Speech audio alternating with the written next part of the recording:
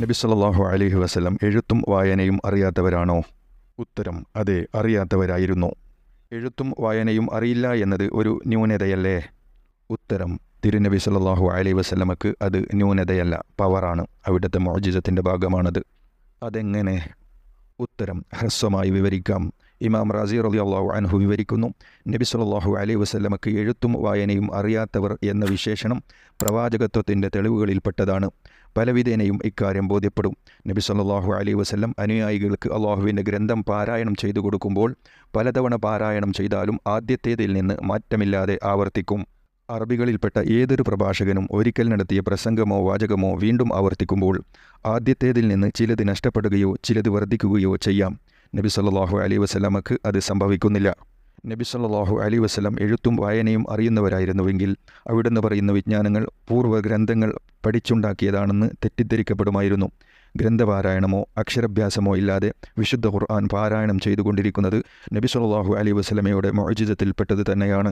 നബി സല്ലല്ലാഹു അലൈഹി വസല്ലം തങ്ങളുടെ തിരുകേശത്തിൻ്റെ പ്രത്യേകതകൾ എന്തെല്ലാം? ഉത്തരം: നിരവധി പ്രത്യേകതകളുണ്ട്. ഏറ്റവും പ്രധാനപ്പെട്ടതും ഏവർക്കും വേഗത്തിൽ ബോധ്യപ്പെടുന്നതുമായ 3 പറയാം. 1. തിരുകേശം കത്തുകയില്ല. 2. അതിന്മേൽ ഈച്ച പോലുള്ള പ്രാണി ഇരിക്കില്ല.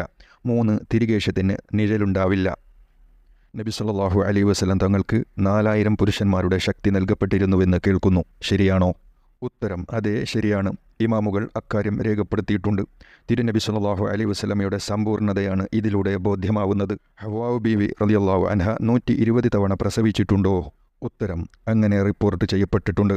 ലുഖ്മാനുൽ ഹക്കീം റളിയല്ലാഹു അൻഹു 4000 വർഷം ജീവിച്ചുവെന്നും അദ്ദേഹം പ്രവാചകനായിരുന്നുവെന്നും പറഞ്ഞു കേൾക്കുന്നു. വസ്തുത എന്താണ്?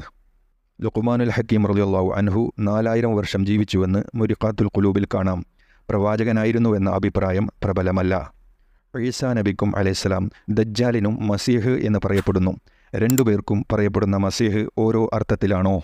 ഉത്തരം: ഈസാ നബിക്ക് അലൈഹിസ്സലാം മസീഹ് എന്ന് പറയപ്പെടാൻ പല കാരണങ്ങളും കാണുന്നുണ്ട്. തടവി കൊണ്ട് രോഗം സുഖപ്പെടുത്തുന്ന ആൾ എന്ന അർത്ഥത്തിലാണെന്ന് അഭിപ്രായപ്പെട്ടവരുണ്ട്. സിദ്ദീഖ് എന്ന അർത്ഥത്തിലാണെന്ന് ബുഖാരിയിൽ പറയുന്നുണ്ട്. ദജ്ജാലിന് മസീഹ് എന്ന് പറയുന്നത് ഭൂമിയിൽ അലഞ്ഞു തിരിഞ്ഞ് നടക്കുന്നവൻ എന്ന അർത്ഥത്തിലാണെന്ന് ഇമാം ഇബ്നു ഹജർ റളിയല്ലാഹു അൻഹു പറഞ്ഞിട്ടുണ്ട്.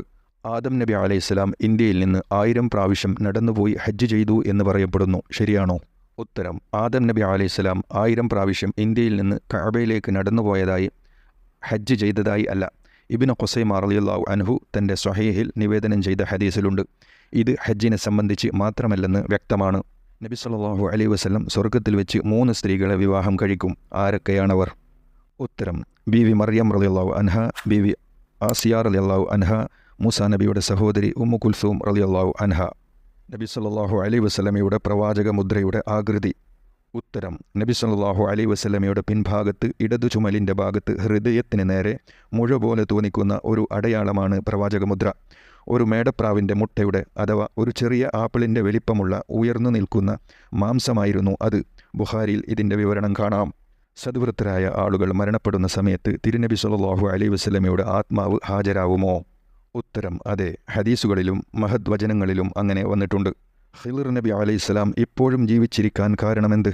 ഉത്തരം: മാ ഉൽ ഹയാത്ത് കുടിച്ചതുകൊണ്ട്.